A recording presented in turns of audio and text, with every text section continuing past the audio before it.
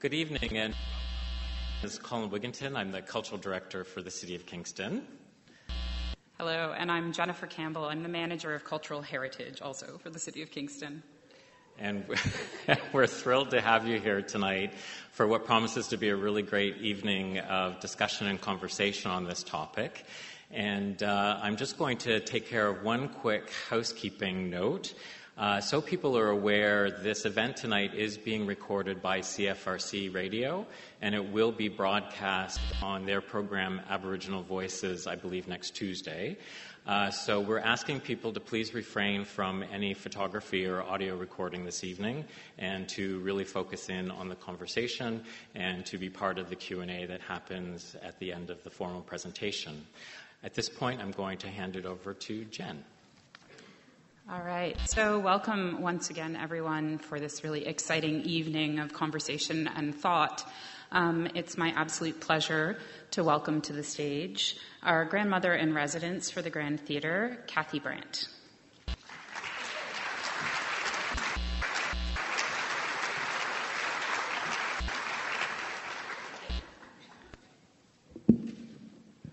Sego sewa cuego, skanagoga. Welcome. So today, I'm bringing the land acknowledgement. I offer these words in the spirit of this gathering. I want to acknowledge the original caretakers of this land who were entrusted to memorial. The Algonquin and Anishinaabe, Allied Nations, and the Haudenosaunee Six Nations Confederacy, which includes the nearby Mohawks, me, and many other First Nation people who have crossed these lands for sustenance, trade, and survival.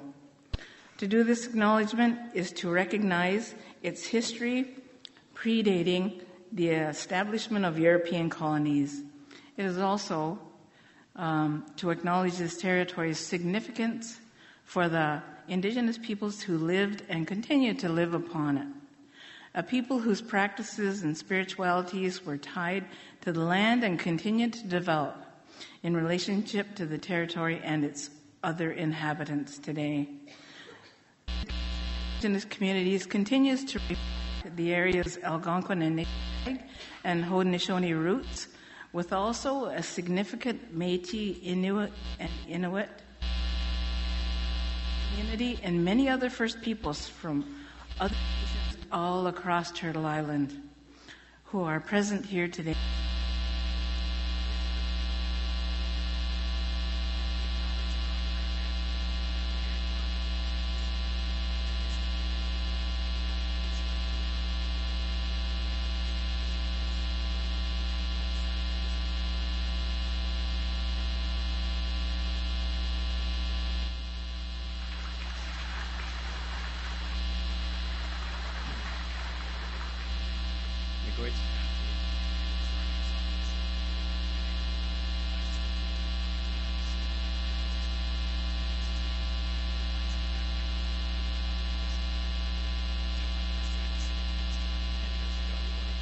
Tasks with the culture plan. One of the recommendations out of the culture plan was that our local history was probably our most powerful cultural resource that we could leverage as a community. And since that time, we've gone through a number of different projects where discussions around cultural heritage repeatedly.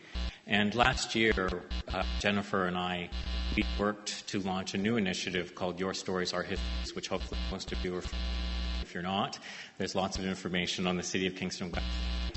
And one of the things that we want to achieve out of Your Stories, Our History is to open up what it is that we're telling and sharing about Kingston for ourselves as residents and for people who are coming here and visiting our community. And it's very important for us that we try and expand those boundaries into the past and more contemporaneously to the present and look forward to the future. And tonight's conversation is a very critical part of that project. And we wanted to take this opportunity to bring together the distinguished speakers that we have this evening to talk about Sir John A. Macdonald within the context of Your Stories, Our Histories. So it's my pleasure this evening to introduce the moderator for our event, and his name is Robert Bob Watts, and he's a much sought-after expert in Indigenous policy, negotiations, training, and conflict resolution. Bob is a senior First Nations advisor to the First Peoples Group, who's working with us on Your Stories, Our History, and the Chief of Staff to National Chief Perry Belgrade, and an adjunct professor in the School of Policy Studies here at Queen's University.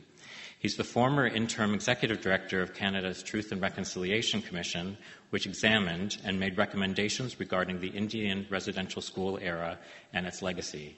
Bob will moderate the panel this evening and guide the Q&A that follows. So please join me in welcoming Bob Watts to the stage.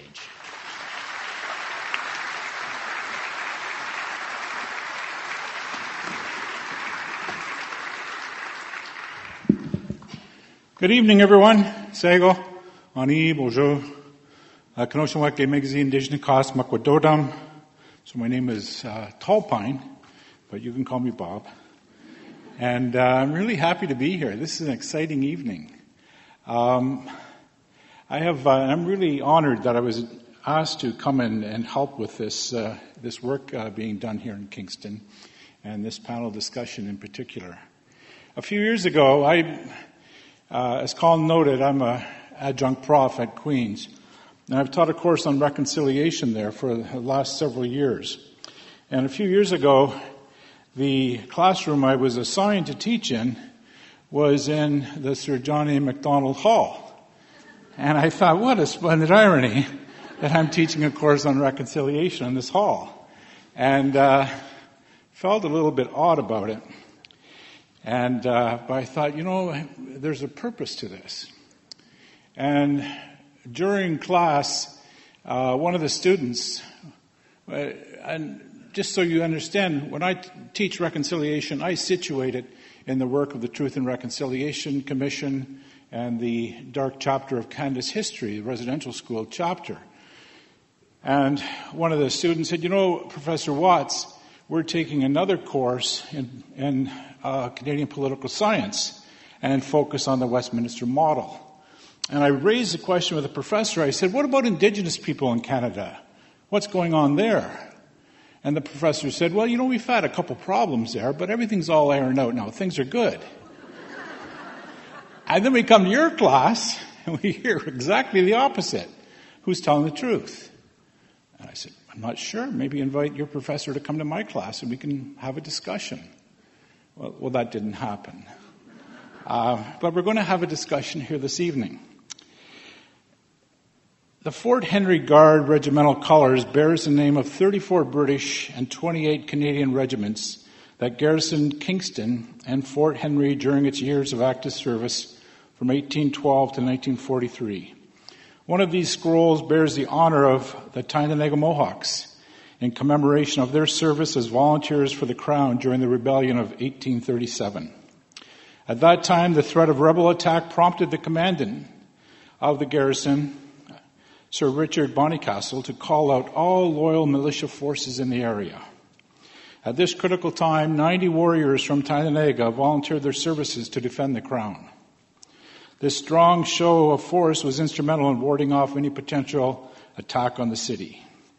In commemoration of this traditional demonstration of loyalty, the Fort Henry Guard bears its regimental colours, a scroll inscribed, Mohawks of Tyendinaga. So I read about this in a history book about Kingston a few years ago, and then it went on. It said that Bonnycastle tried to pay the Mohawks from Tyendinaga for coming as allies and to defend Kingston. And the people of Tyendinaga say, you don't pay your allies. We came here because we're allies. The Truth and Reconciliation Commission identified a number of important principles to guide the work of the TRC and the work going forward. And three of those, I think, help situate the discussion for this evening. Maybe while I'm doing this, if I can invite the panelists to come and join us on stage, please. So three of the 10 significant principles were reconciliation is a process of healing relationships that require public truth sharing, apology, and commemoration that acknowledge and redress past harms. Reconciliation requires constructive action of addressing the ongoing legacies of colonization that have had destructive impacts on Aboriginal people's education, culture, language, health, child welfare, administration of justice, and economic opportunities and prosperity. And reconciliation requires political will, joint leadership, trust building, accountability, and transparency, as well as substantial investment of resources. So I think that helps situate some of the discussion that we're having this evening. There's been a lot of discussion about other historical figures and their place, and questions of commemoration, questions of remembering, questions of celebration. And what's the right mix in terms of historical figures, and trying to situate things both in their time and in our time. And so to help us with that, we have three wonderful speakers: Christopher Moore, Lee Maracle, and Charlotte Gray. And I'll invite Christopher to come to the podium first. Christopher Moore is a writer, journalist, and blogger who has been described as Canada's most versatile writer of history. He is a contributing editor to Canada's History magazine, the winner of 2 Governor-General's Literary Awards, and the author of many books, including 1867, How the Fathers Made a Deal, and 3 Weeks in Quebec City, The Meeting That Made Canada. Please join me in welcoming Christopher Moore. Thank you, Bob.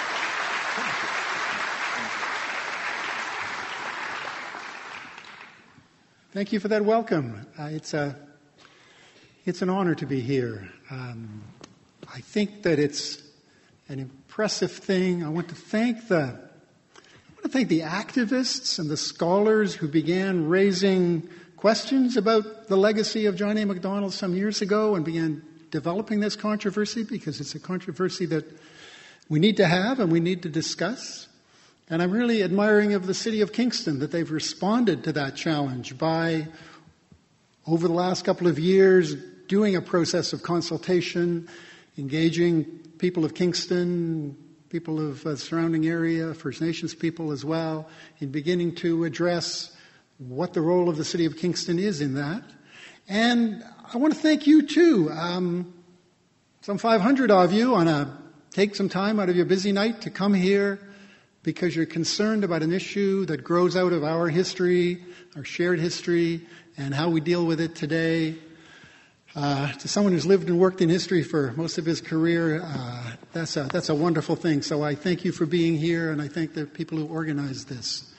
And I think ultimately the decisions that are going to be made about statues and about how they're going to be dealt with and what's going to become of them and how we'll deal with them, it's not the decision of the three of us. We're all from out of town. As they say, an expert is someone who comes from out of town. Well, we've got 3 people from out of town. It's Kingston and the people of Kingston and the surrounding area. They're going to deal with how you commemorate your heritage and what changes you may make or not make, what you'll continue and what you'll change. It's Kingston's decision and your decision. So the fact that you're here tonight is a testimony to how Kingston is, I think, engaging with this process. There is a lot of John A. Macdonald in Kingston, I was thinking, as someone who comes here recently. There's the Macdonald-Cartier Freeway. There's the John A. Macdonald, I made a list actually, there's the John A. Macdonald Parkway. There's Macdonald's House Bellevue. There's a statue of John A. Macdonald in City Park. There's a portrait of John A. Macdonald in City Hall. There's his grave, of course, in Cataraqui Cemetery. There's a plaque at his old law office. There's the Macdonald Building at Queen's University. There's the Spirit of John A., the locomotive down on the waterfront. That's just the ones I know as an occasional happy to visit Kingston person. And that's not counting what was the John A. Macdonald pub, where the owners decided to change that name. And maybe some other ones. You know, by comparison, if we think about 10,000 years of Indigenous presence around here, well, I could think of the Cataraqui River, which I understand the root of that name is a Mohawk word. And I kind of stopped there. Bob mentioned another one, the tribute to the Tyendinaga militia of 1837, but I can't think of a whole lot of there. testimonies and heritage moments here in Kingston addressing many thousands of years of Indigenous presence and achievement and art and culture and all those things. It's an impressive comparison, I think, to make. And yet, to state my position at the start, I do not think that Kingston or Ottawa or Canada, for that matter, can make John A. Macdonald disappear and think that a problem has then gone away. It may be dismaying. I know there are people who see in Macdonald statues reminders of the deaths and dispossession of their own ancestors or their nations. But I think Macdonald is and will remain a central part of our Canadian history and even the idea of Canada. Frankly, the things for which John A. Macdonald is now denounced or at least reassessed or whatever it is are things for which Canada and those of us who call ourselves Canadians still have to take responsibility. They can't be undone simply by removing some statues or some plaques. I think if we were to take away the symbols that are challenged while still refusing to address the issues themselves, it strikes me as hypocrisy. I'm more interested in addressing the issues than simply the statues. So what do we do? I want to suggest tonight that John A. Macdonald and indeed Canada have a double legacy. And that legacy can be summed up for our purposes tonight quite simply. The Indian Act on one hand and what's now called the Confederation Act, the Constitution Act rather, on the other. It was in Macdonald's time, though not by him alone, that the Indian Act was entrenched in Canadian law.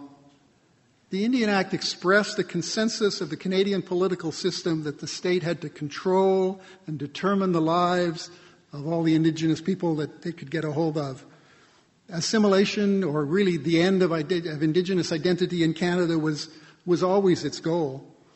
Residential schools were an aspect of that, but so was the system that confined Indigenous peoples to reserves, controlled every aspect of their lives, controlled them even by the withholding of food and medicine at crucial times necessarily to achieve policy objectives. And that whole system of control and coercion, whatever its intentions, has really been, in all respects, almost in all respects, a failure. The First Nations are still here. Indigenous people are stronger than ever, I hope. And it's also been pretty much a moral catastrophe. It's led to poverty and inequality and dispossession and marginalization and all the things that are the very opposite of reconciliation. The Indian Act, it still exists in Canadian law, and so do the attitudes, I think, that underpinned it. It is a profound part of Canadian reality.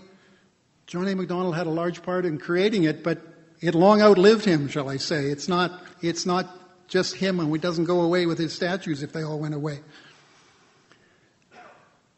But I want to point out that it was at the same time, and essentially the same group of political leaders, who gave us the Canadian Constitution. And one consequence of that, I'm going to put to you, is the entrenchment within our Canadian Constitution, which no Indigenous people really played a part in drafting back in the 1860s. And yet there is entrenched in there, within the Constitution, treaty rights and responsibilities. There's only one little line, about half a sentence, that deals with Aboriginal people in the British North America Act and the original text of the Constitution of Canada. But it gives the federal government responsibility for, as they phrased it then, Indians and lands reserved for Indians.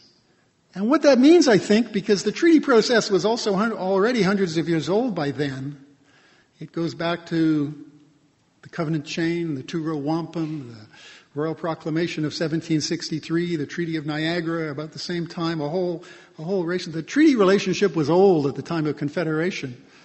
But acknowledging that, by acknowledging that the federal government had a special responsibility for Indians and what to do with lands belonging to the Indians, they actually did entrench in our Constitution the treaty relationship. And it, I think, we can see that almost the treaty relationship as almost the reverse of the Indian Act. That's the two sides that we've had. The treaty relationship is rooted in the understanding that newcomers and First Nations have to deal with each other as equal and independent parties managing their own affairs. and making agreements on how to share this land and how it could be shared.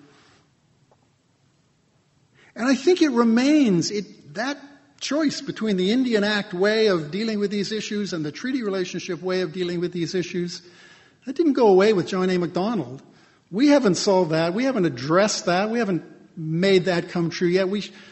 I think we're getting to know that we need to choose the treaty side and not the Indian Act side, but we haven't made it come true yet. And I guess the argument as I'm making, in the end, it's not really Macdonald's statues we need to confront. It's which side of his legacy that we today, Kingston, Canada, choose to follow. I'd rather see us commit ourselves to the better path and make it really come true than to simply bury the evidence of pretending it was just John A. Macdonald in his times that had all that. So what we need, I think, is not so much either defending or removing statues. I think we need to build, and it's in the words of the Truth and Reconciliation Commission, a nation-to-nation relationship between the First Nations and Canada.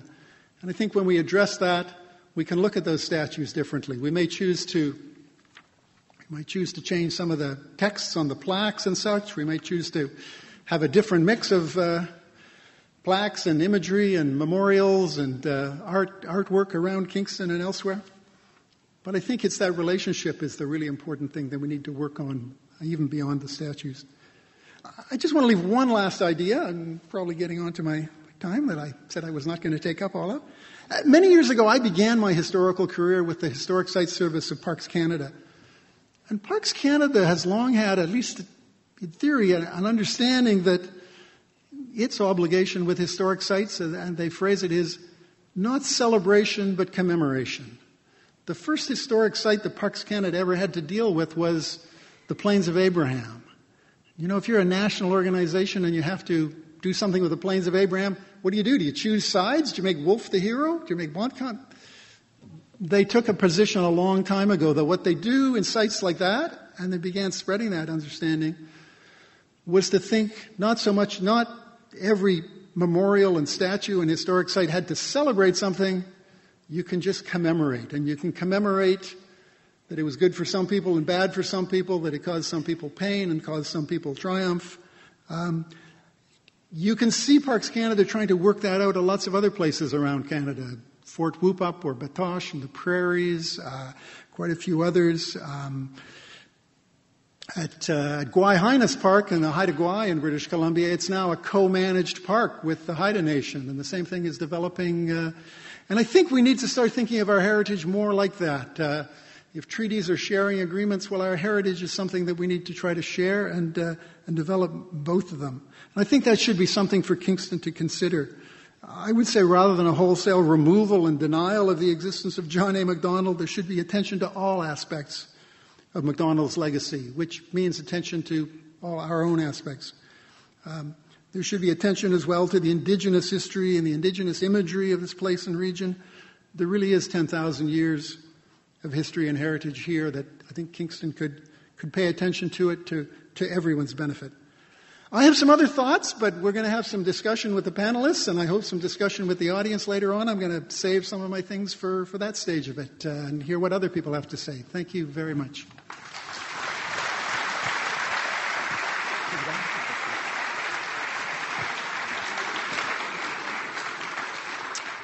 Thank you very much, Christopher, for starting us off in such a good way and thoughtful way.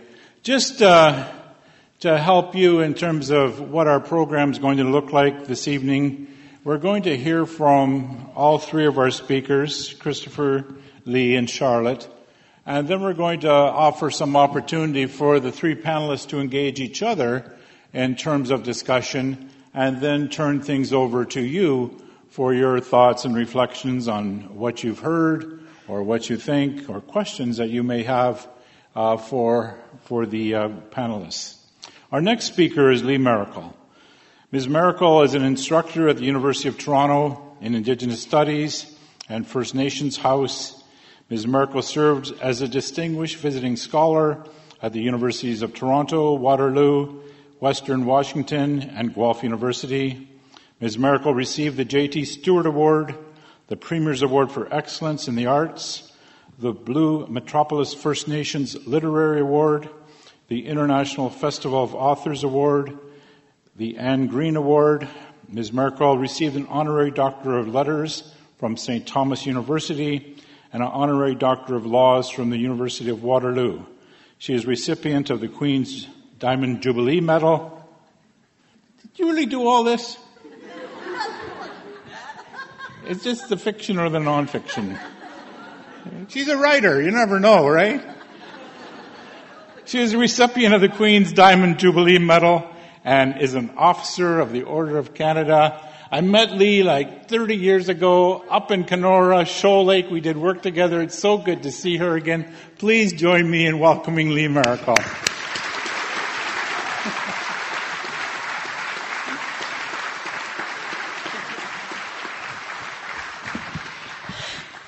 I swear these MCs should say, everybody get out your Google. Read along with me.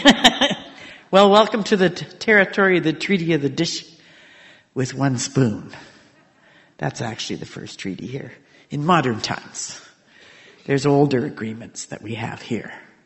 We have agreements with the land. We have agreements with the waters. We have agreements with the sky. We have agreements with the animals. And we maintain those agreements. Canada does not. So why should we remember that? Because we're facing a mass extinction event, like we predicted we would be. The people of Siksika told European settlers, don't pull up the sage. You'll turn this prairie into a furnace that'll melt the ice in the Arctic. What's happening? The ice is melting. The water's heating up. There's more storms in the last 10 years than there has been in the whole of recorded history. Why bother to remember that 16,000 years ago there was war on this island? Bet you don't know that. You think we were all peaceful, eh? No. There was war. And out of that war came destruction. Out of those wars came much death, not just of each other, but of animals, of plant life. One of the things that we used to do is burn people out. They still do that. This is still a modern tactic. In 16,000 years, humans haven't learned much. And that's just because we're not listening to each other. I think that's the most important thing that can come out of tonight, is a commitment to hear each other out. I don't like John A. Macdonald, I'll tell you straight up. He didn't help me. My people belong to the Manitoba Nation. John A. Macdonald belonged to Western expansion, which means he had to dismantle the Manitoba Nation. The Manitoba Nation happened to have a democracy that included white people, Indian people, Métis people, and guess what? Women. That was different. Canada only had democracy at that time for white men. I belong to the Order of Canada. They invited me to a gathering that was in the name of the Famous Five. The Famous Five, they told me in their letter, brought democracy to women in Canada. 1923. If you're Asian, that didn't include you. If you're Indigenous, that didn't include you. If you're black, that didn't include you. If you're any color that's not white, it didn't include you. Why should we remember that? Well, so someone don't lie to your face. Who's the Governor General of Canada? And so when I wrote her, she said, I did not know that. You should not have accepted that position without a commitment to learn about the country you are helping to govern. There's a difference between an ordinary person not knowing that. I'm an ordinary person. I did not know that till I was 40. I stopped being an ordinary person after that. I started publishing. And now I pay attention to the history of this country. Why should we remember that? Someone said, you should all just get over it and forget it. And I said, I'm happy with that. Let's go to June 30th, 1867. You understand? This ain't your country then. There's no Canada. And we'll start all over again. We'll have Haudenosaunee law.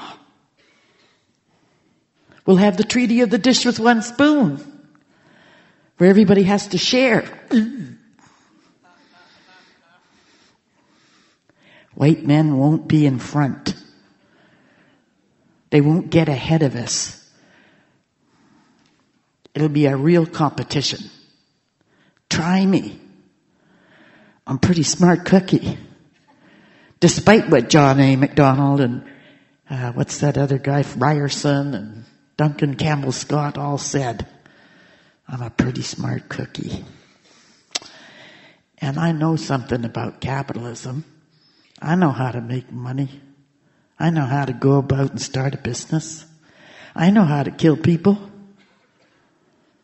I wouldn't do it, but I do know how. I was 2.5 when they handed me a club. Had spikes on it. And my father assured me that if some man picked me up and I didn't want to be taken anywhere by him, one swing of this thing in his eye and he'd be a dead man. I said, okay, Dad. Now, this is a rope. It represents the feast bowl. Okay, Dad. Now I want you to walk out and tell your grandfather I come with a war club and a feast bowl. What's your pleasure? And I did. And I still do. What's your pleasure? What do you want for the future of this country? Well, I'll tell you this. I don't want to erase John Macdonald. I like remembering that a drunken sot did this to us all. Put us in this jam. We're in a jam. Let's face it, we're in a mess. The only way out is to talk to each other. And he did that too. He forced us to have to talk to each other. And after 150 years, all of us have a lot to say. All of us have a lot to remember. One of the duties of the officer of the Order of Canada is to welcome new citizens and to organize events for them. I took this role because of that. And I tell you why. I went to one once, and the Deputy Minister of Immigration says to everybody, forget you where you came from. What? No. I want you to remember. I want everybody to remember. Imagine the universities if we could all remember our country's origins and the knowledge that goes with it. Imagine a Canada that has studies that includes the 168 nations that now populate Takaranto. Imagine how smart we would be in the world. Imagine the humanity that would come from us. We would have cultural theory that would remedy that southern mess down there. We can go places together. But we got to start talking and we got to start listening. But this is what I want to do with Sir John. Change the plaque. That's what my daughter says. Don't get rid of anybody. Keep the statues. Change the plaque. Let's seek the truth. He's not one thing. I don't even know much about him. And I don't think either of you do either. But we should find out. Who is this guy that called Quebecois dogs? They were white. Almost. Wrong language. Not white enough. Why is that? Where does that originate? John A. Macdonald, when he was born, didn't wake up and say, I think I'm going to create a Canada that's going to kill all the Indians from Ottawa right to the West Coast. That's not what happened. But something did happen. What was it? And where do we want to go? Do we want to go in the same direction? Or do we want to sit down and have a conversation and go somewhere different? It's up to all of us in this room here. We have decisions to make. We have things to think about. And we have to listen to each other. And that doesn't mean eradicating anybody's hero. We love our past for our own reasons. I know that science has proven that the Songs of Yelmilch by Calcerton C. Pass, who's the first published Indigenous author in this country, and my ancestor was right. We did not come by some land bridge. We came by water. Our songs say that. Our songs also say we also fell out of the sky. And some scientists are saying that they think there was a war here. And that makes sense to me. Because why did we leave our mound cities and our pyramids and go live in the bush and make up all these rules about the environment? I would guess because we wrecked it the first pass. Just like we're wrecking it again. So, it's important to remember what happened even 16,000 years ago. Because if science is right, we're on the verge of another mass extinction event. Thank you very much.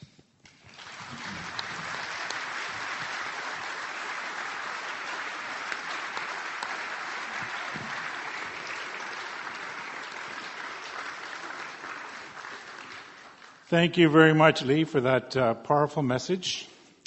Our next speaker is Charlotte Gray. Charlotte is the author of 11 bestsellers about Canadian history and personalities. Her latest book is Murdered Midas, a millionaire, his gold mine, and a strange death on an island paradise.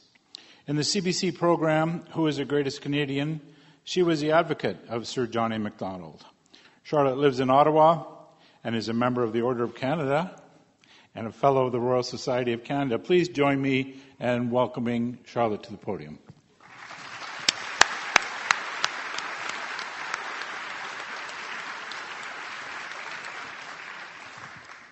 Well, one thing is absolutely clear.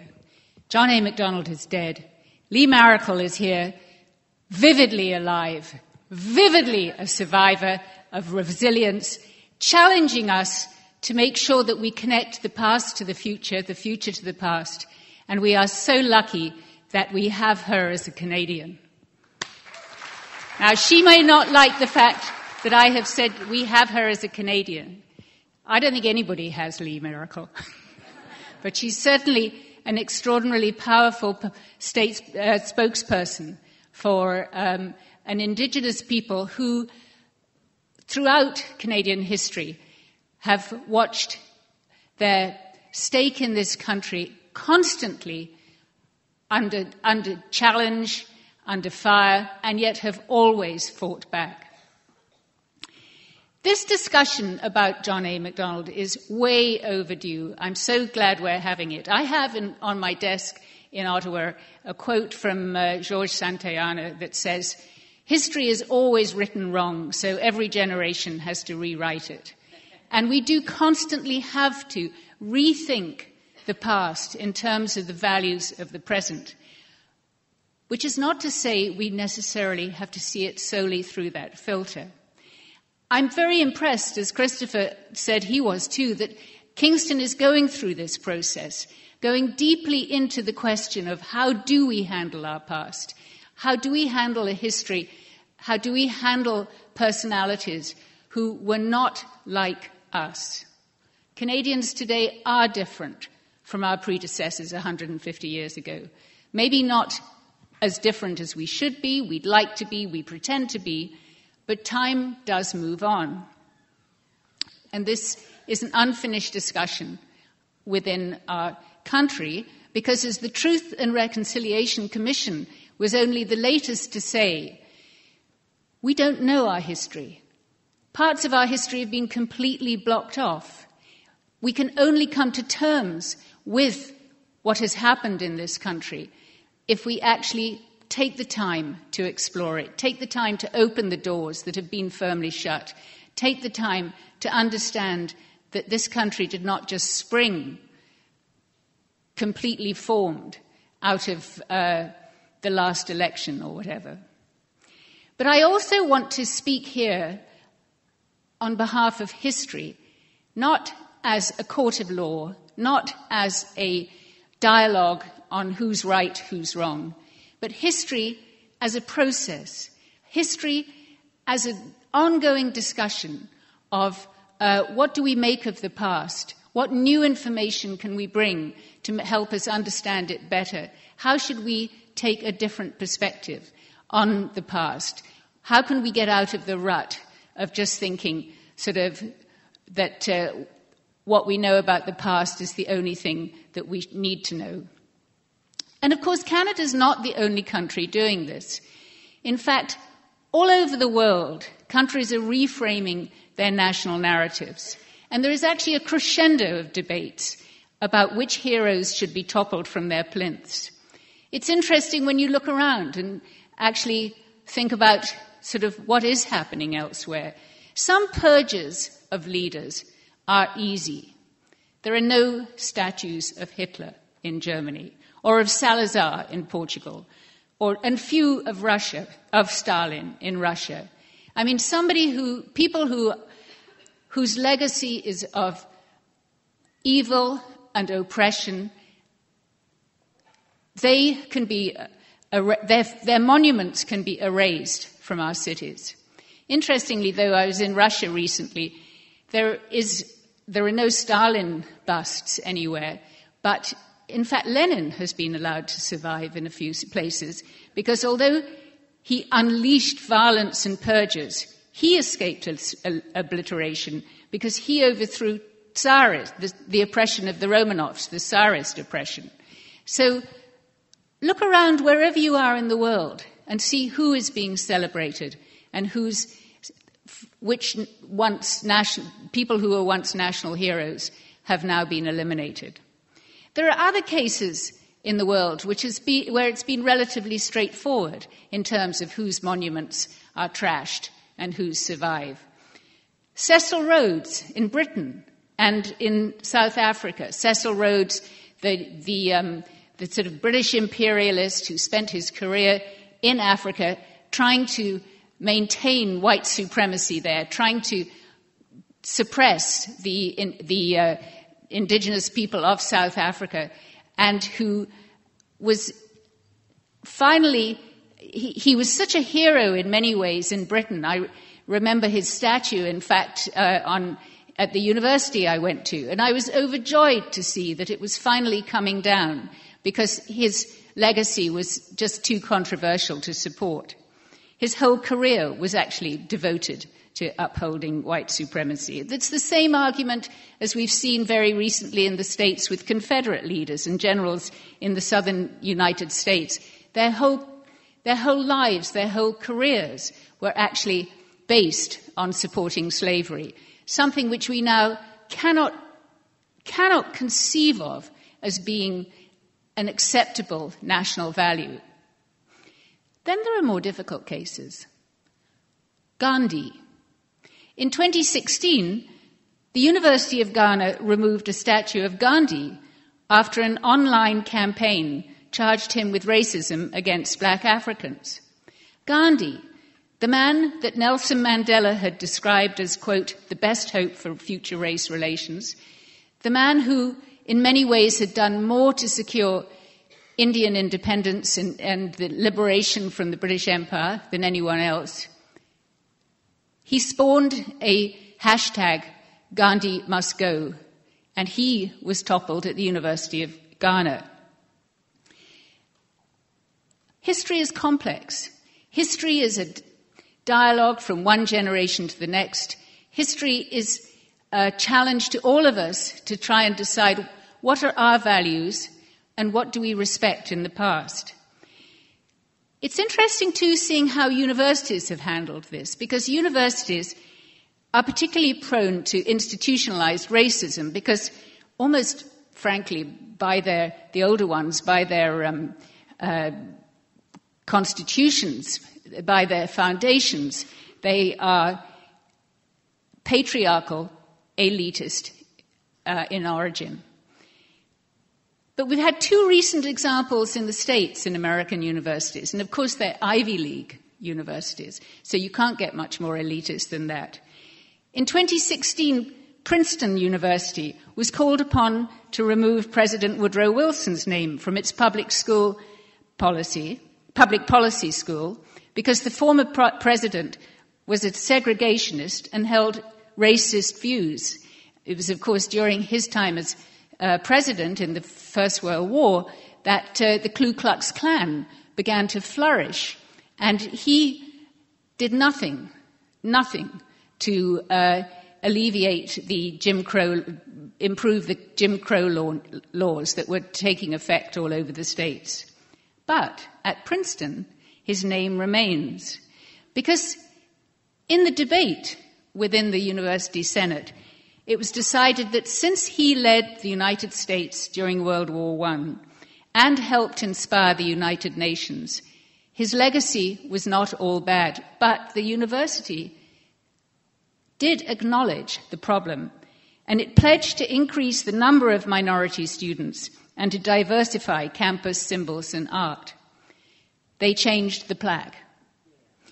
A year later, when the whole debate had become much hotter and there was more disquiet about which historic figures were being memorialized on university campuses, Yale University faced the same challenge, because it had a college called Calhoun College, one of its residential colleges, after American Vice President John C. Calhoun, who was a white supremacist, ardent defender of slavery, not as a necessary evil, that extraordinary euphemism that many white Americans accepted for far too long.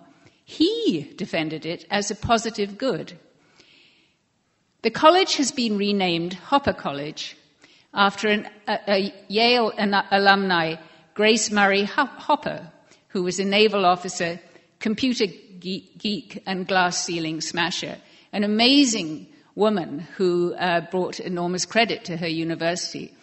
But I have to say, I sympathized as I was reading about this with one of the black students at Yale who said, well, she sounds pretty cool, but it would have been even cooler if it had been named after a black alumni. Still, an imbalance in the way that these issues are decided.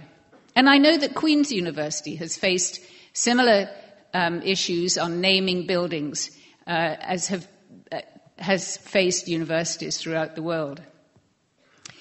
But I echo the point others have made that you can't solve today's problems of racism, of inequality, by erasing the past. And today we have to balance the more egregious aspects of Macdonald's legacy against his achievements. His legacy is not simply the Indian Act, the deliberate attempt to eliminate indigenous culture, the residential schools, all the actions he and his governments and colleagues took to, in a really misguided attempt at assimilation, which involved extraordinary cruelty, which even at the time some people recognized.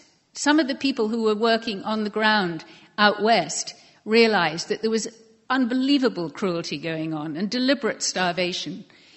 One of the people I've written about in a couple of my books is Colonel Sam Steele. You cannot get a more Colonel Blimpish character. A guy who, loved dressing up in military uniforms, was one of the very first Mounties in this country. He wrote to Ottawa and just furious at the way that a residential school that he had to go and visit was being administered. And he could recognize it was wrong, wrong, wrong. Macdonald's policies towards Indigenous people, we now recognize, have left lasting wounds. And it wasn't just Indigenous people who were suffering from his policies. We mustn't forget the exclusion of Chinese immigrants, which he sanctioned, because he wanted to keep Canada an all-white society. But then, as Christopher made clear, we balance this against his achievements. The compromise between English and French that allowed Confederation to go forward, the balance between Eastern and Western Canada and the railway road that bound them together, and that moulded this country into coherence, the survival of the Dominion despite Washington's ambitions. I do believe that had it not been for Sir John A. Macdonald, Canada wouldn't exist. So don't rush to judgment in a triumphalist display of wokefulness. Instead, think about the TRC's recommendation that we all become historically literate. And, also think about what future generations are going to say about us. How will we be perceived, given what we have done to the environment? Which was actually Lee's point, too. Our careless disregard for climate change. We know it's happening. We're not doing anything near enough about it. We're also needlessly cruel to factory-farmed animals. Will anybody be eating meat in 40 years' time? And our blind embrace of consumerism and capitalism, which has been allowed to sink so many other community values. So I want to end on just the question, what is the purpose of public monuments? Should they reflect contemporary values, or should they remind us of the painful past? We can only decide that question if we're prepared, first of all, to make ourselves historically literate, and then to have these kind of discussions. Thank you.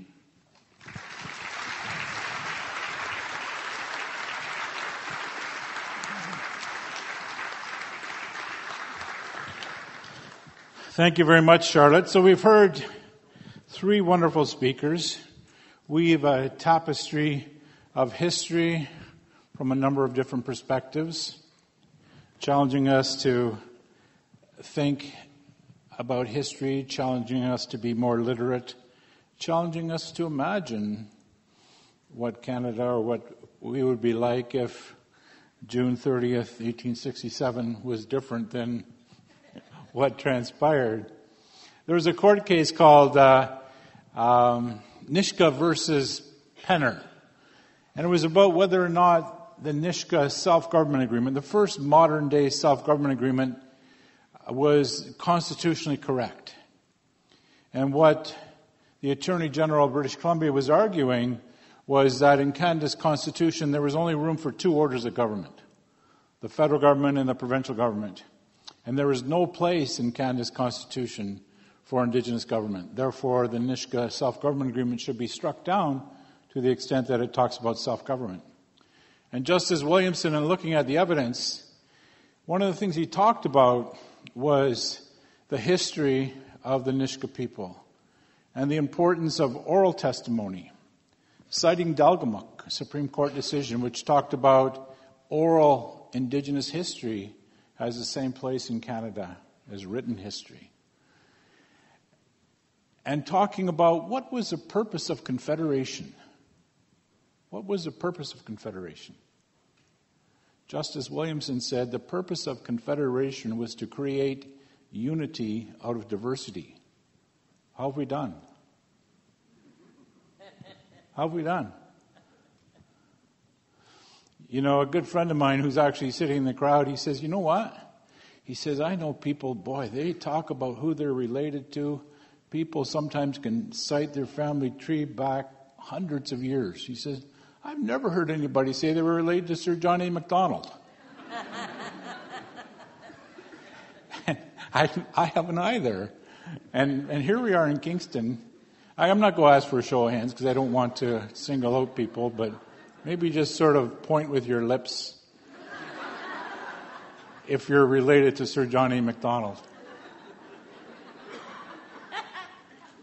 Not too much lip pointing. So I don't know what's going on with that. Anyways, we've got a lot of things to think about here. And thankfully we have a space to think about these things in a safe way.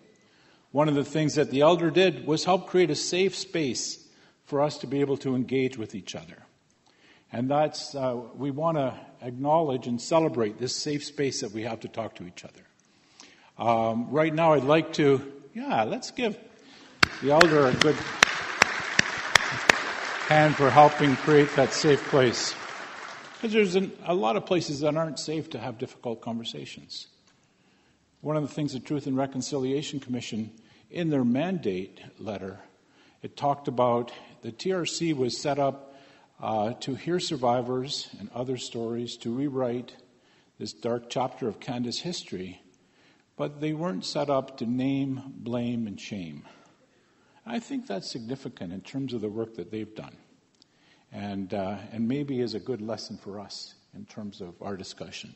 So I want to turn things back over to the panel members to have a little conversation with each other about what they've heard, and then we'll go to you, our audience. So panel members, I think you each have a microphone. And They are There on. are. there we go. Woohoo. I just have one thing I want to say to the audience. Generally, in the world of healing, it's confidential if you are sexually abused. That's not the case for residential school survivors. We've been outed. And I remember riding the bus and then the streetcar. And I guess everybody had listened to Senator Sinclair's baritone about cultural genocide. And they were staring at me. And I thought to myself, I'm the right age to be a sexual abuse survivor. I wonder if that's what they're thinking. I almost bellowed out and asked them. But I didn't. I just thought, let it go. I don't want your children to hear that in high school. I really don't. That's not the thing they need to know. What they need to know was the removal of a people's children was against human rights. It was a crime of human rights. And that's all they need to know. Otherwise, we are putting on to your children the responsibility for the abuses that occurred, and you're traumatizing them. And how is that helpful? I don't think about the abuses. My father slept with dead kids. I don't think about that. This is what I think about. When I was 5, some man reached to touch my hair. And I said, don't touch my hair. Only my brother Edwin and my mother get to touch my hair. My brother Edwin was all of 8. He reached to touch my hair again, and my brother stood between us. And with as cruel a look as a Stallo could get, he said, she said, don't touch her hair. And he was prepared to stand between me and a man 6'4" and do business as an 8-year-old Stallo boy, not to have his sister violated in any way, shape, or form. My father did not have that. So he didn't have the sureness that I had, because all I had to do was, I have my brother. He has my back. I'll be okay. I have family. I have family. And my father never got to say that. So with all his wonderful talent, from opera singing to traditional singing, from language to poetry, he never became what he wanted. It was the fracturing of family that removal did. And that's enough for high school kids. That's enough.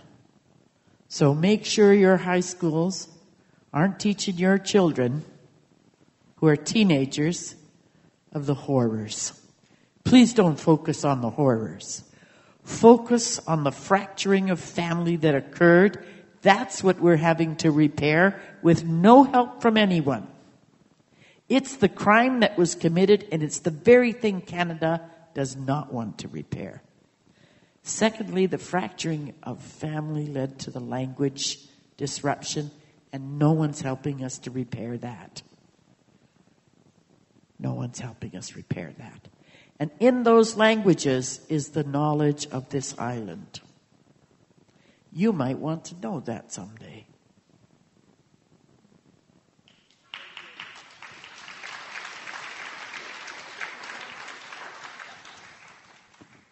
I think when they make a statue of Lee Maracle somewhere, I want to have a shot at writing the plaque. Actually, there is an iconic. I'm an icon in Vancouver. I'm in False Creek. You can see me in a glass container with some. It's been done. They're ahead of it.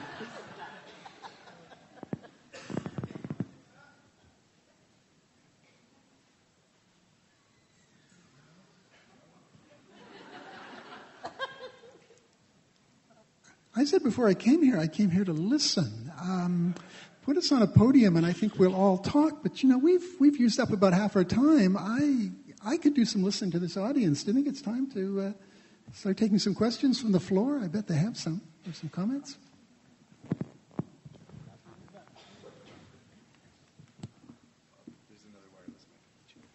Okay.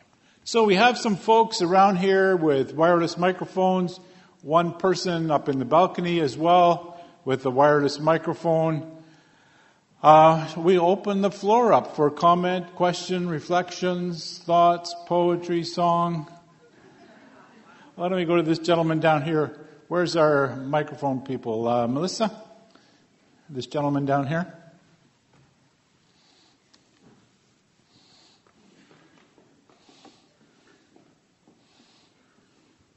Thank you. My name is Bob Wells, and I believe somewhere in the audience is my friend David Moore.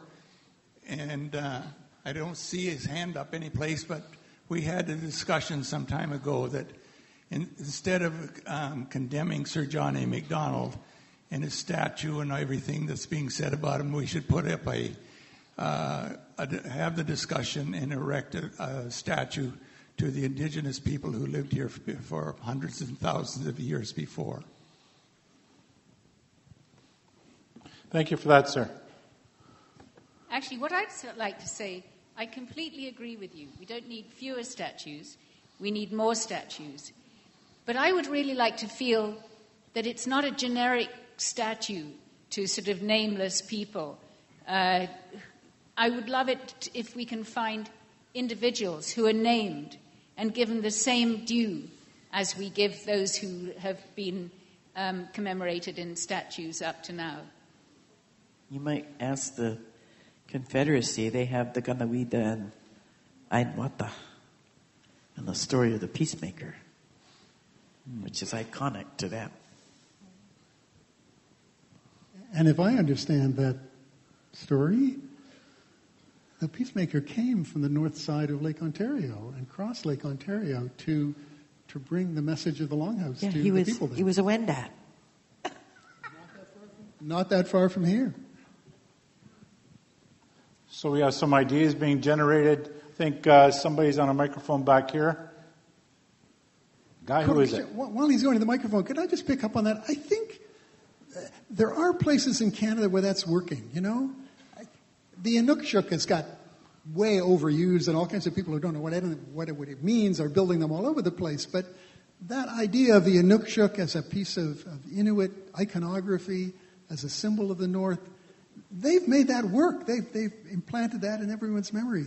The kind of work that the totem makers and artists like Bill Reed have done, you go to Vancouver, you arrive in the airport, the most impressive thing you see in that airport is a piece of work by an Indigenous artist, drawing on Haida iconography. No.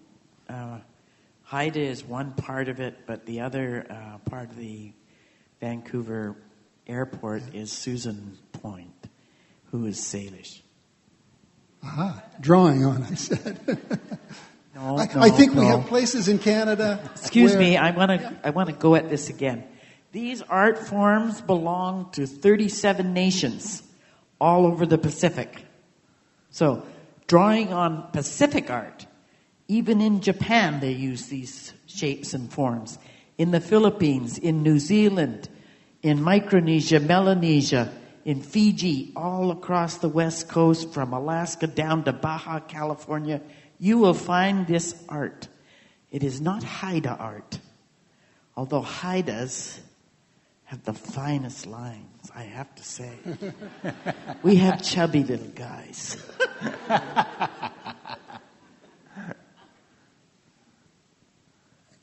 Picking up on what Charlotte said, I think there's absolutely no need to have a kind of an anonymous kind of tribute, a generic kind of tribute. Obviously, we need to draw on our First Nations colleagues, our Indigenous friends, to define what those kind of statues should be. But there is terrific artwork, iconography, imagery. It doesn't have to be a statue of one person on a pedestal. I completely agree with you, and I think there's wonderful opportunities for things that will teach us and amaze us and delight us if we open up that range of our public imagery. Great. Thanks for being our first commenter to open the floor up. Laura? Thank you, Bob. Okay, I'm going to go to my favorite thoughts, which are called incremental. And there's a lot of people here for very good reasons. And putting that thought together, asking, what do you want? What do you think? Is huge for this many people. So my very first suggestion, and I have many, but my very first one is that, seriously, Indigenous people with their own Indigenous lens come together with some other people to make a limited, focused plan of how to change. And I draw attention, as you did, to City Hall, which is devoid of anything. And I mean, they do work with us, of course. I have to acknowledge that. But I'm talking about stepping forward incrementally. And so in this room right now, there is enough people who would come together and have a very focused, beautiful discussion to what do we do next? What do we do next? Because you're not going to get what do we do next from this size of a group. You're going to hear a lot of people say whatever, but I would like it incrementally because I can't jump from A to Z. I can do B and C and go on like that. So I would like that to, if somebody writing it down, is somebody making a list of what we want to do as people? Because this people wants to move forward, forcibly move forward straight with a plan. Great, thank you. I have a response to that, actually. I moved to Takaranto. You call it Toronto, which means nothing, by the way. Everybody's always asked me what Toronto means. Nothing. It's not a word. Canadians made it up. It's like Canadians means villagers, you know. I don't know why you want to call your country a village, but there you go. I moved there about 30 years ago, and I wondered what language Spadina was, because I thought that is the weirdest word I've ever seen. I went to the reference library, looked it up in every language possible, couldn't find it. So finally I'm talking to an old Ojibwe man. I said, where does the word Spadina come from? And he says, Ishpadina. What's that? Going up the hill. And I said, well, why did they change it? Well, I don't know. Why did they change Canada? So I was telling a bunch of Anishinaabes, I'm surprised you don't want to change that because it's a beautiful word, Ishpadina. And so this small pair of people started, doing guerrilla theater and putting paper signs up over the original, the metal ones saying Ishpadina. And then I was talking to a group this size, by the way. And then one guy says, I'm from the Businessmen's Improvement Association. I would like to do something. And I said, well, there's a group of people in this city. One's a professor and the other's a PhD candidate. And they want the names changed. And he says, you mean it changed completely? No. They want to add the original name to different places. And I said, the first one they're working on is Ishpadina. He says, what's that? And I says, well, it's just over there, a couple blocks. Spadina. Oh, yeah, that's much nicer. So I put him in touch with those two people, and they're working on Takaranto, getting changes made that will show the original name plus the new name. Huh? Small thing. Small things. Visibility means people know what language is that. Then they got to start a conversation. I think that there are many ways of starting a conversation. I'm conscious that right now in Ottawa at the National Arts Centre, there's a whole resident Indigenous theatre program that's just begun this September. They've got their first production by an Indigenous playwright is showing right now. And it's now going to be a stream of artistic expression at the National Arts Centre, along with French theatre, English theatre, the orchestra, the dance company, and, sort of the greater awareness of the culture that we have been losing is quite extraordinary how fast it's coming. I went to the Art Gallery of Ontario the other day, and there's a whole room there where the labels are in 3 languages. And I'm not sure I think it depends where the paintings come from, which Indigenous language is being used. But once again, I mean, it forces you to acknowledge, it forces me to acknowledge, that there are more than just 2 languages in this country. I'm glad she mentioned that because my granddaughter's in that show, my daughter's in that show, my daughter-in-law is the choreographer for that show, and my son is the artistic director for the company that's doing it. I don't know if we have to charge you for a commercial break there, Lee, or... Oh, I think the microphone's over here. Please. So I was just wondering, you mentioned earlier of wanting to become more historically literate and having a better understanding, but you also mentioned limiting the education on residential schools and high schools. So, no, not limiting. The thing that I want focused on is that it was a crime against humanity, okay, and not telling those kids about the horrific abuses those children suffered, because they're going to end up traumatized and they're going to end up angry that they're being told this. I've heard those kids say, I didn't do this. Why do I have to listen to this? It's sick and disgusting. Not for children. That's not for children, and it's not what we want. It's not what we want to guilt children. I'm not saying limit the knowledge, but you don't need to know how many times I was sexually abused. You do not need to know that, and I don't want you to. Thank you. Down here, second row, Melissa.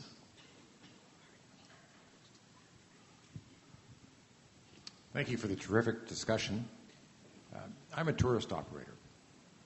I bring people to Kingston to celebrate the beautiful limestone, the architecture of the British, of Sir John A., and so on.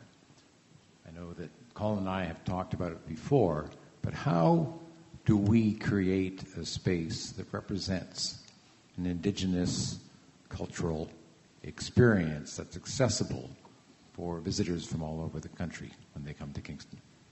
I think that's a really good question, and because so much of, we talk about history as important for children and heritage is important.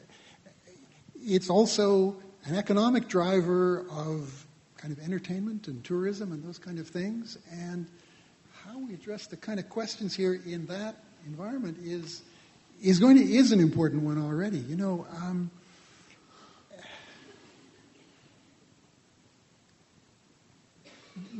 Disney World attracts people to Disney World with characters called Mickey Mouse and Donald Duck and the other kind of characters, and it's all in fun.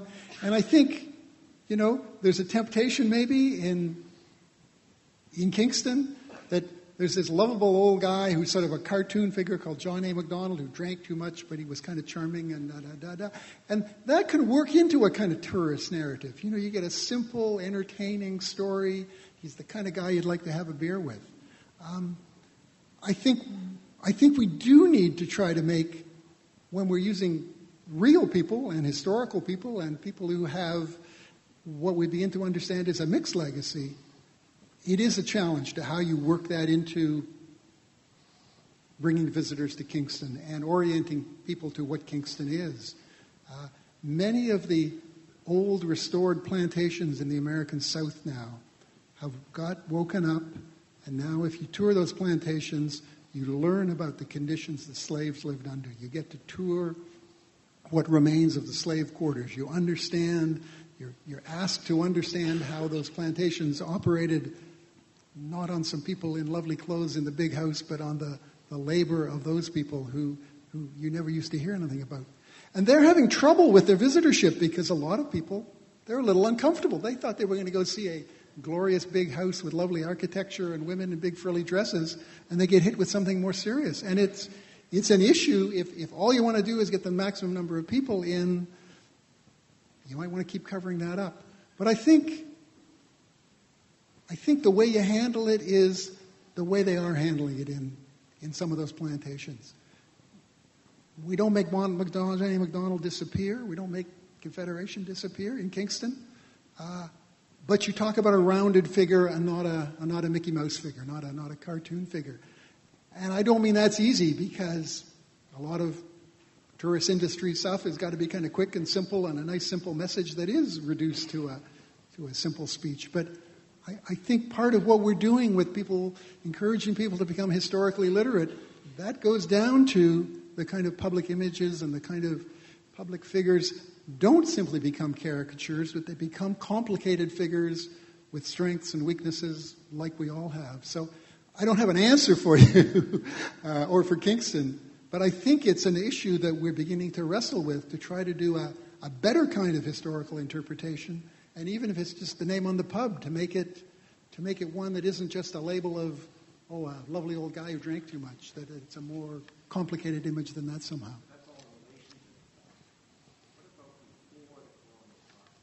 Yeah.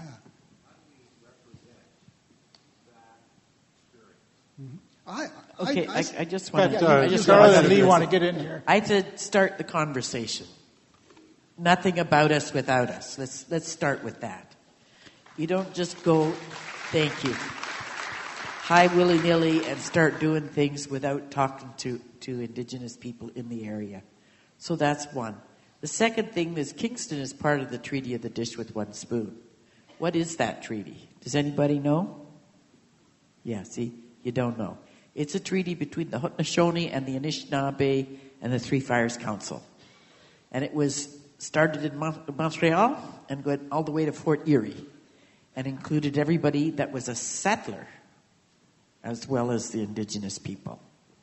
And it was about how we're going to share with each other in this territory. And so begin with that. And then find out from people who made that treaty what you want to engage in together. Think of a simple project. Nothing complicated. Renaming Ishbadina is as complicated as you want to get to begin with. Because we all have lives. We got to live our lives. So keep it simple. My mother used to say to me, keep it simple, stupid, but I won't say that to you. But keep it simple and keep it steady, keep it growing, keep talking. Okay, Charlotte wants to get in, and then I want to go back to the audience. I wanted to say that I was involved in the new history halls at the Museum of History in Ottawa. I don't know if anyone's had a chance to see it. And there are 3 history halls, 3 sections to the new history hall. And the first one is almost entirely Indigenous history, because, of course, most of the history of this continent is Indigenous history. And it is the first part of it, the first of the 3 sections, is dazzling. The most amazing artifacts, the most wonderful recreations. It's not Disneyland, as the previous history hall was. It's really an extraordinary look at different cultures as the peoples spread out through North America and develop their cultures. So that you enter parts 2 and 3 coming from a background of knowing what vibrant Indigenous culture was before the settlers arrived. Because I think that's what you need to capture if you're going to get the real history of Kingston. Not sort of just Sir John A. Macdonald and what was his legacy in return, sort of with respect to Indigenous peoples, which already puts sort of, he's in the driver's seat. You know, this is just one aspect of his career. Kingston has, as Lee said, a much longer history, and you need to explain that when we're now discussing his legacy, what he was suppressing, what was there beforehand.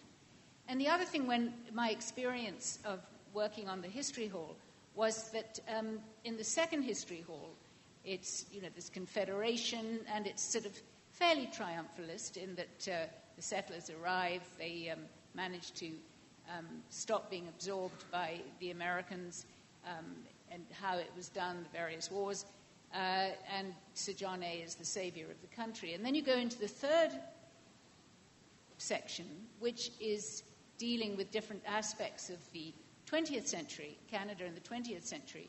So the second section has a huge quotation on the wall. I can't remember exactly what it says, but it's sort of Sir John A. Macdonald, the man who made us. And the third section has a quote from John A. Macdonald saying, we have to suppress Indian culture. And it's a very negative look at him. And they're just there on the wall, and the visitor sees 2 sides without value judgments attached. You make the value judgment. Okay, thank you. I think we have another question over on this side. Not sure who it was. Guy? Yeah, standing up now, gentleman in the 5th row. And then back here, Bob. Quay. Okay. I'd like to thank you 4 people for coming tonight. This has been fantastic so far. It's been much more than I imagined. I thought I'd go away mad. I'm going to go away happy. I wished Lee was around when we were making the treaties. She would have scared the hell out of the British.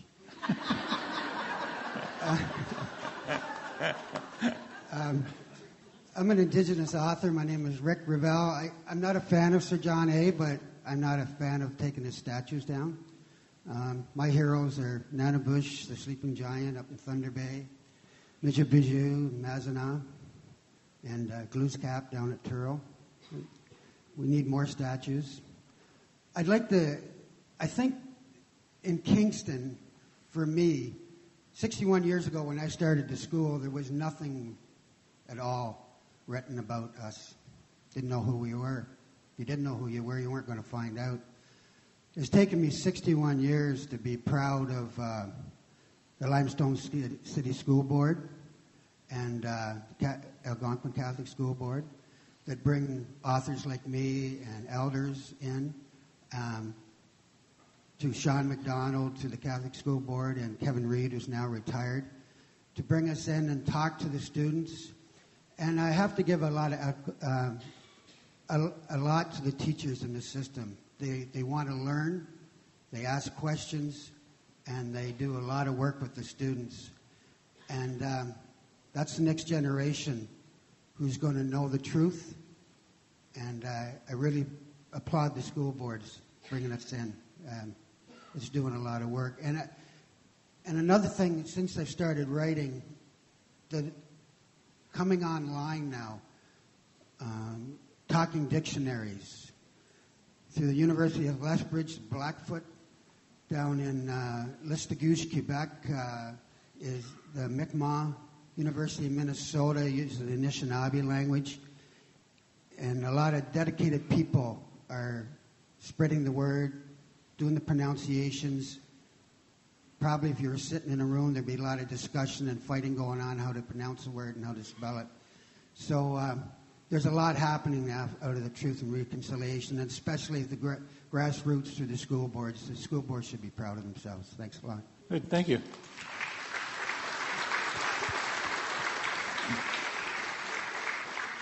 Not seeing panelists rushing to respond, we'll go up here to another member in the audience. Hello? Okay. I guess it's clear that the education... Hi, I'm over here. I'm in the back, all the way in the back. Hi, hello. Oh, there you are. It's clear that the boards here are doing a lot, and I hope to become a teacher in the future. And I think what you said about... what Lee said about educating high school students but omitting the parts that they don't need to know stuck out to me, and I think that's important to know what to include and what not to include. I aim to hopefully include more land-based learning, maybe in an urban context, and bring more cultural knowledge and ways of knowing, and bring actual elders and community members into my classroom. I just wanted to know, outside of those things, are there any other, things that you hope that future educators can bring into their classrooms to better educate their students? I think inspiring them to go further than Canada has gone. I don't know if you know, but Americans are really proud of their history, and they talk about the 1,800 tribes they completely decimated and killed, and, rah, rah, rah. I don't care how they teach whatever they teach, but there's an awful lot of research that's gone on in the United States that has not gone on in Canada. It's like a country without a memory. You come from somewhere else, you hardly remember that, and you weren't here for a very long time, and hardly anybody is encouraged to remember what happened here. So, because I didn't go to residential school, I have a long memory of British Columbia and a profound knowledge of the art that is not always high. But we need to do more research into this place. We need to be focused on Canada. I think Canadians are different from Americans in this way. When you came, a lot of you could read and write. Not all, but quite a few, because Britain didn't allow people who could read and write to go anywhere but Canada. I don't know if you know that. I learned that from my sociology studies. And I thought, how interesting. This makes us a kind of intellectual country in our origin. Yeah? You might have been all white men and privileged, but you were educated. So if we get curious about this country and this place and how we can make diversity work all the way around, I think we can come forward with some solutions for the world. One of the things that children should know is about the oldest constitution on this island is the Haudenosaunee one. It's 1,000 years old. And the story of the peacemaker, Daganamida and Ayanwata, that story is being worked with even today. The Haudenosaunee, through John Mohawk, made peace with the Wendat's. And all he had to do was recite for 4.5 hours the terrible things that the Haudenosaunee did to the Wendat's without mentioning one bad thing about the Wendat's. And he agreed to. And they formed a bond, exchanged, I can't remember what it's called, wampum, yeah. And then the Haudenosaunee got their bones back from Ottawa. I don't know if you know, but a lot of Wendat bones were sitting in the basement in Ottawa and way more in University of Toronto and elsewhere. And so they're gathering their bones so they can have governance. These are historical things that started many thousands of years ago and go on into today that I think high school students would find interesting. That Canada has, in its people here, the capacity to bring peace between two groups of people that sorely hated each other for 700 years. That's way before you came. We didn't need you to make a mess of things. I always say that to people. So now that they have peace, what does that mean? What does it mean to be the victor and have to eat a little bit of crow to have peace? What does that mean to the rest of the world? How can we go forward in the world today, knowing that this is your background too? This is your children's background too. You're here now. And make no mistake, you're here at our goodwill. When someone said, "Can I build a house here?" we said yes. We might be sorry about that now, but we said yes. Thank you. Any other comments from panelists? Back to, where are we at? Me. Hello. Please. Oh, do you want to go first? Say something quickly. I want to say thank you. Hi. Thank you all. This has been historically interesting and making the future look better. I first want to say I thank you, the two of the speakers, for mentioning the climate crisis. I want to say that on Friday at 10 o'clock, we're going to have a climate crisis rally to join in with the international student strike and Greta Thunberg. So that'll be at Market Square at 10 o'clock.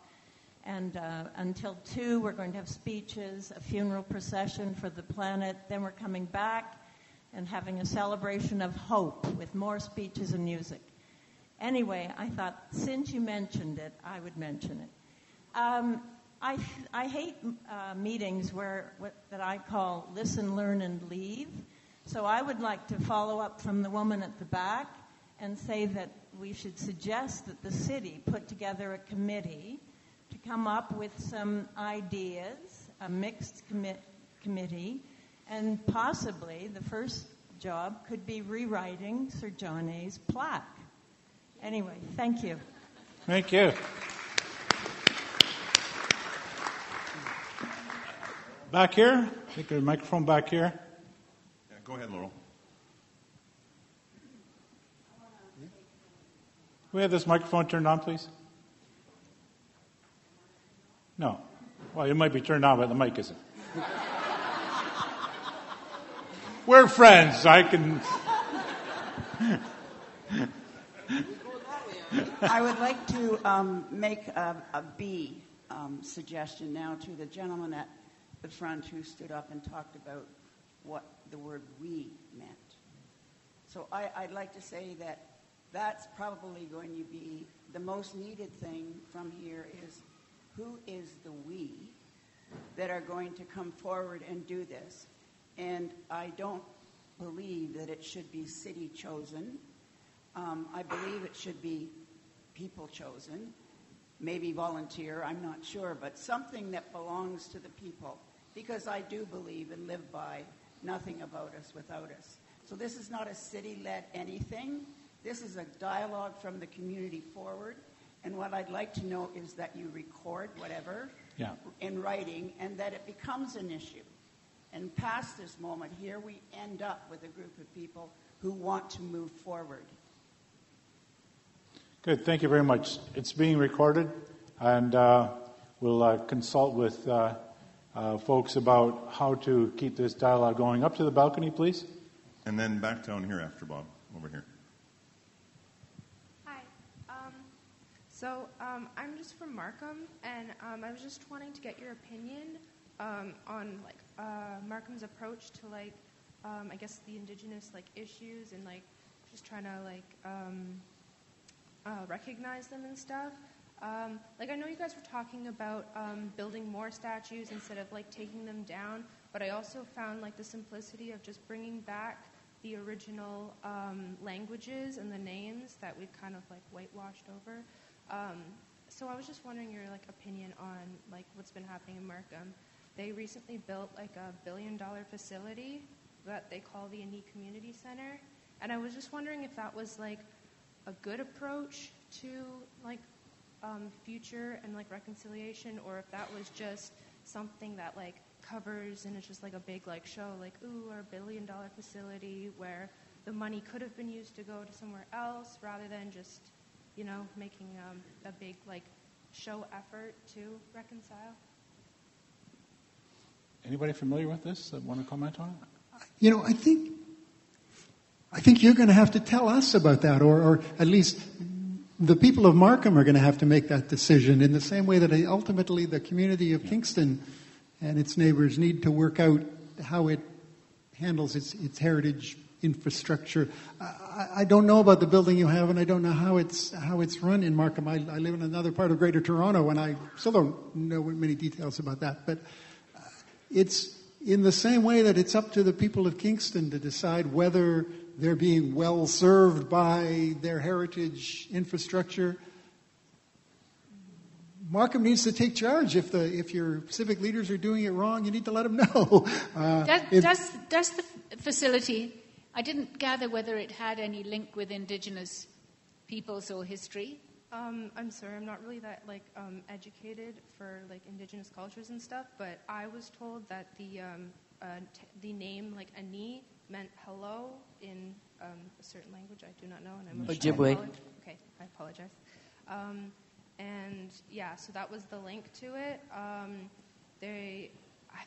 We also, like, my high school also created, like, the artwork alongside an Indigenous consultant that focused around, like, rebirth.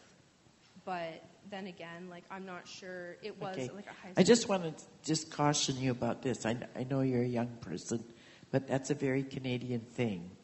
To decide to do something and then get unsure that it's the right thing to do after it's fait accompli. I don't know why we're like this, but I am too. Probably it's a waste of time and a waste of money. Well, maybe, but I can say this, that I grew up in a gang-infested neighborhood in North Vancouver, pre-community center. And we said, it's never going to work. Put a community center there, it's not going to work. They're going to still have delinquents. No, you're not. It took 25 years, but we don't have juvenile gangs there anymore. And that's how they kind of straightened out the neighborhood, is put a community center there.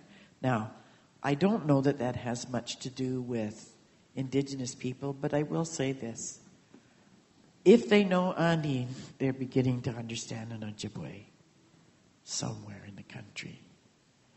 I went up to Kenora, where I worked with this guy, and I bought something in the store, and the Chinese grocer said, "Miigwech."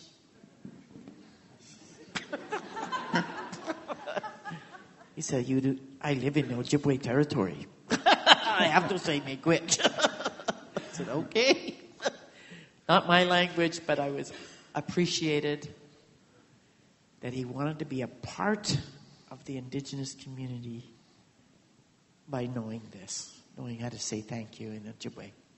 So if it erases invisibility, I don't care if it costs $50 billion.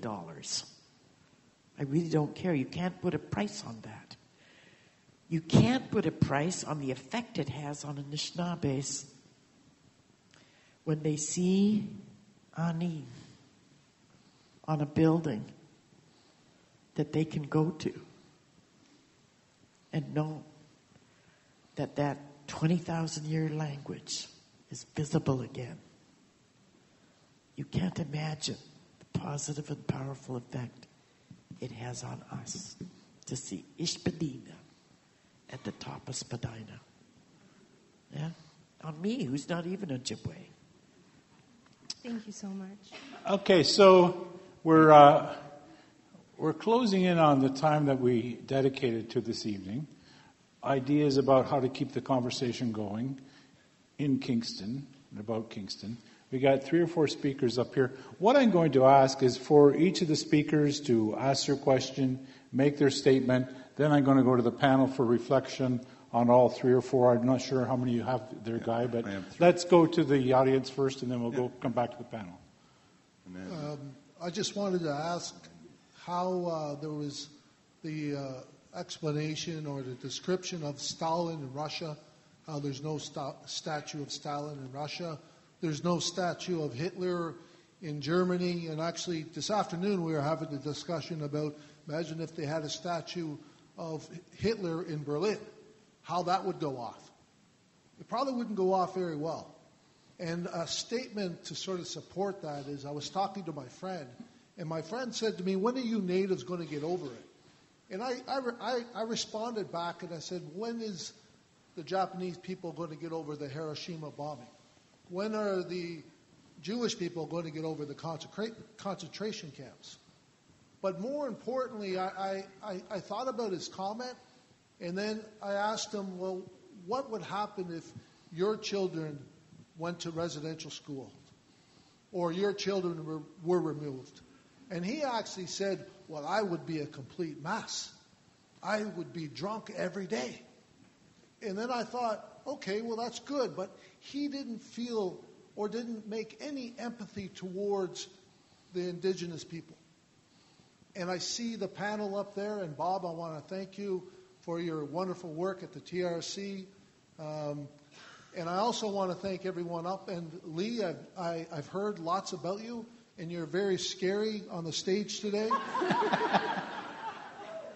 But one day I'd like to meet you in person. You're probably a little bit teddy better. bear, come on. Yeah, probably better over a cup of coffee. Anyways, I just want to make those comments. Thank you very much. Good, thank you, sir. Next comment, reflection, question. Is this on? Yeah. Oh, it is. Hi. Thanks for coming tonight. I really appreciate it. I work along with my friends down here with True North Aid, and we work with a lot of the Indigenous communities across the country. Katie and Steve Koopman, they actually do a reconciliation project with Fort Hope First Nation, and then myself and my team of health professionals go up to Fort Hope as well at the end of October, and we've been in June. But anyways, I see the effects of a lot of the Indian Act and what Sir John A.'s legacy has left on them, and I wonder if it would be a good idea to get maybe those people living those remote, far-off communities to be involved in discussions about Sir John A. because they're living his legacy every day. There's a state of emergency in Fort Hope, Niskatanga right now, at Wapiskat, some of the longest boiled water advisories in the country. And would it not be a good idea to get those people that are living that life right now, that see violence, that live through suicides and families, to get them involved in discussing Sir John A.'s legacy? Good, thank you very much. Next question, comment. Last question is here. Does it work? So, hello. I was born in Mexico, although I live in France. So maybe I'm gonna have a strong accent. But so you were talking about finding some individuals to honor from the indigenous people, and in some way to have a more inclusive history, a history reinterpreted, as you said.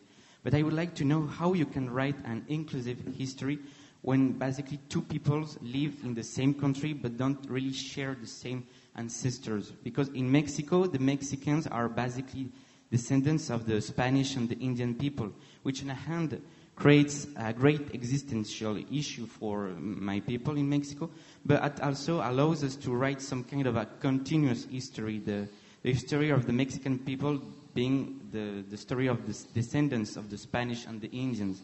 So for me, the case of Canada with some Mexican eyes, it would be more like the story of descendants of British people or European people and Indian people. And I would like to know how can you write a history which would include everyone. Thank you. Good, thank you very much, sir. So over to the panel, we got a few different reflections and questions. I think we need to understand something about Mexico a little bit. It's referred to as the Third Basque Province. Hola, my friend is Basco. My grandfather is Basque. That's not Spanish. It's a group of people inside Spain that formed the majority of the people that emigrated to Mexico and mixed it up with the indigenous people there. But they're the indigenous people of Europe, and they're not real fans of Europe too much. But that's interesting. So I think you ought to have a look at that. There's Basco studies inside Mexico and California. That's just a little bit of history. Also the Basques in Quebec. Sept de Trois-Rivières. And what do you got there? Hockey. That's Basque and indigenous. So, we need to know more about ourselves together and separately. And it's not difficult. I have a different history than you, my friend, and I'd like to sit down and talk about it with you. But we can come together. We can always come together if we are courteous, respectful, and caring. Beautiful. Other reflections from panel members? Yeah, I was thinking when you said, how do you write a history of a people, of a country where the people are all different? And I thought, well, it's pretty hard. But that's the joy of it anyway. You try to write the history the way it is. If that's what you dealt with, you deal with it. I think diversity is a strength and a good thing, as well as an obstacle to easy history. With regard to the question about Fort Hope, and shouldn't those people be in the conversation about John A. Macdonald, I think maybe they're at the front edge. There's so much going on in the Treaty 9 territory in Northern Ontario of resistance to the way it used to be, communities that for a decade and more, the government of Ontario is saying, boy, we're going to make all kinds of money by developing the Ring of Fire, and those little communities up there, fly-in places, we call them, they're struggling every day to say, not without us, you don't do that. It's still our territory. And so I think they're already engaged in that conversation. It's just that they're actually not the far away. We're the far away people from them a lot of the time. They're engaged in that process. And the other thing I wanted to say, since I've got the microphone at the moment. 30 seconds. 30 seconds. Nah, skip it. I'll move over. I just wanted to say in terms of how do you write the history of a country like Canada, which doesn't have a homogenous population.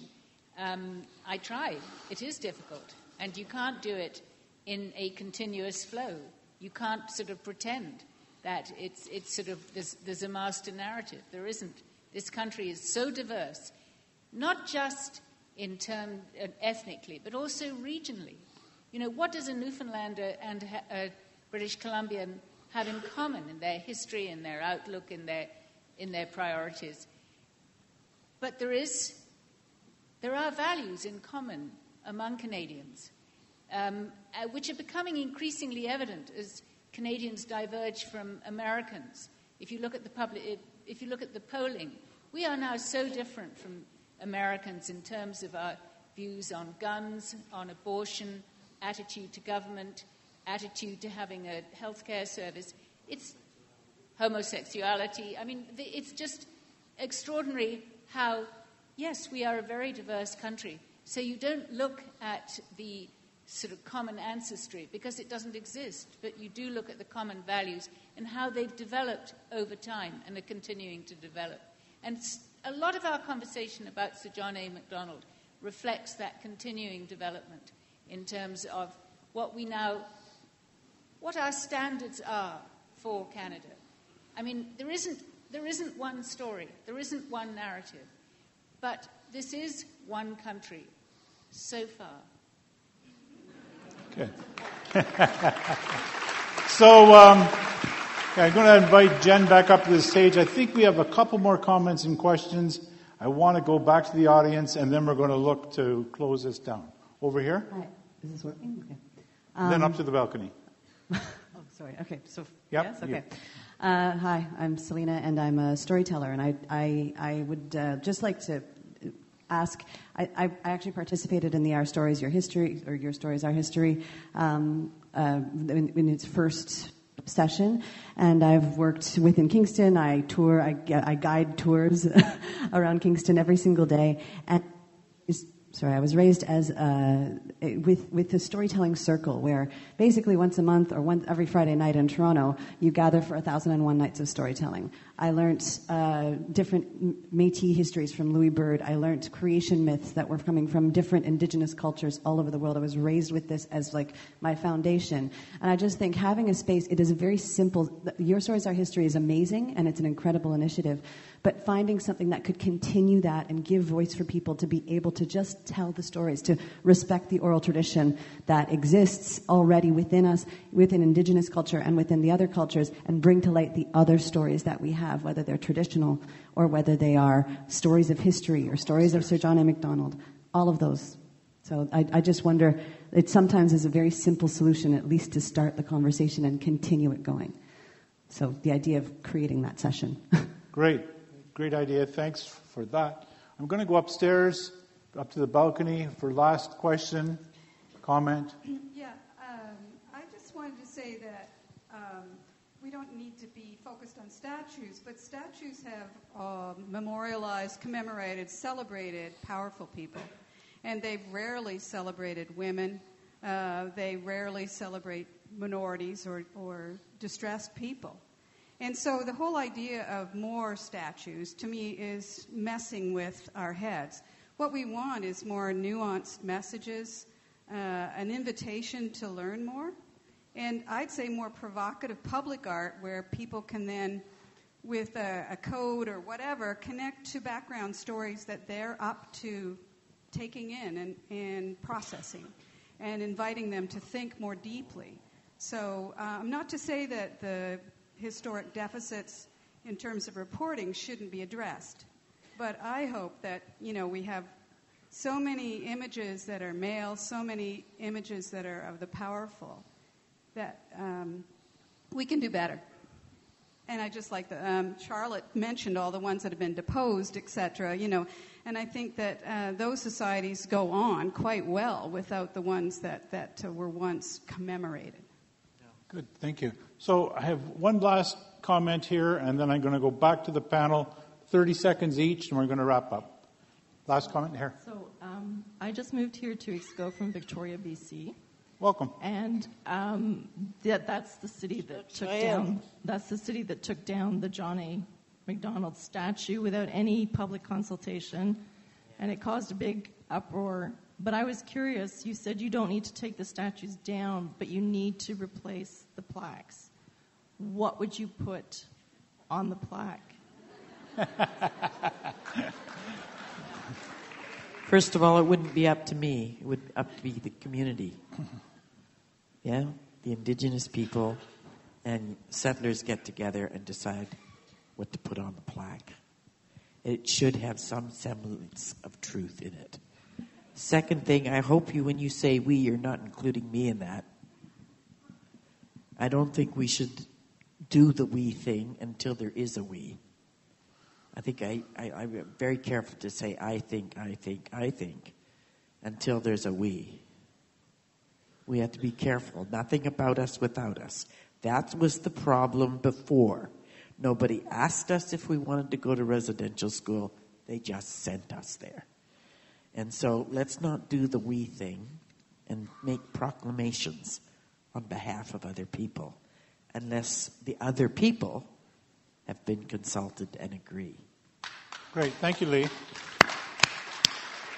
Charlotte? What would you put on the plaque? Well, you've put both sides of the story. You would say, on the one hand, he did this. On the other hand, he did that. We're going to end up with a lot of statues where the first sentence in the plaque is, so-and-so is a very troubling person in Canadian history. And what this is going to, and I think that's exactly what it should say, because it brings out the complexity, first of all, of whatever the individual did or didn't achieve, and secondly, the complexity of history. I said earlier, history isn't a court of law where we decide who's right and who's wrong. History is a process where It's a story, but it's a process where we try and see how things were decided in the past and what new perspectives have been brought to the questions that were faced in the past, and how we can process that part of the past in a way that's both fair to it, but also reflects what our priorities are. Thank you. Christopher, final 30 seconds. Well, as a way of thanking you all, I want to pick up my new friend over here who said he came here thinking he was going to go away really mad, and he's actually quite happy about this evening. I had a bit of the same feeling when I was coming here. I was a little worried I might go away mad or disappointed anyway, and it's been anything but. I've been writing history. I've been a writer about Canadian history for quite a few decades, and often when I tell people what I do, people say, "Oh, that's so good. Canadians don't know anything about their history." And more, I begin to realize that isn't true. There's a million things we don't know. There's a million things I don't know. But I wouldn't have had a career if there weren't a lot of Canadians who know some history, take an interest in their history, struggle to know more about it. And boy, you people have all reinforced that faith that I already had. This is a terrific group of people. You are interested, you are concerned, you clearly have read a lot. Every time you say, "I don't know much, but," then you convince me that you actually do know more than you think you do, or more than you're letting on. It's been just a pleasure to share this conversation with this audience tonight. I completely echo that. It's really fabulous to see 500 people who want to discuss history. Okay, I got one more comment then. I want to say to the lady who says that the people don't care about Joseph Stalin, I speak to Ukrainians all the time, who said they took the bus down before they even apologized for the 70 million of us that he killed. So it depends who you talk to. So a lot of complexity. A lot of complexity. One of the things I see when I teach my course on reconciliation is it's a journey, much like we've experienced maybe in terms of anticipation of what this evening would be like. But people going through denial, and then people being kind of mad, like, how could all this stuff have happened and I didn't know about it? I'm a master's student at Queen's University, a place of privilege, and attracts a certain kind of student. And then getting to a point of, we've got to do something about this. So I encourage you to think about, we got to do something about this. But being informed, not sitting in judgment. You know, there's a lot of stages in terms of the journey that you're on as a city. And starting with ethical and moral judgment probably isn't the place to start. Get your information, work together. You folks have been incredible this evening. I want you to join me in thanking our panelists and thanking yourself.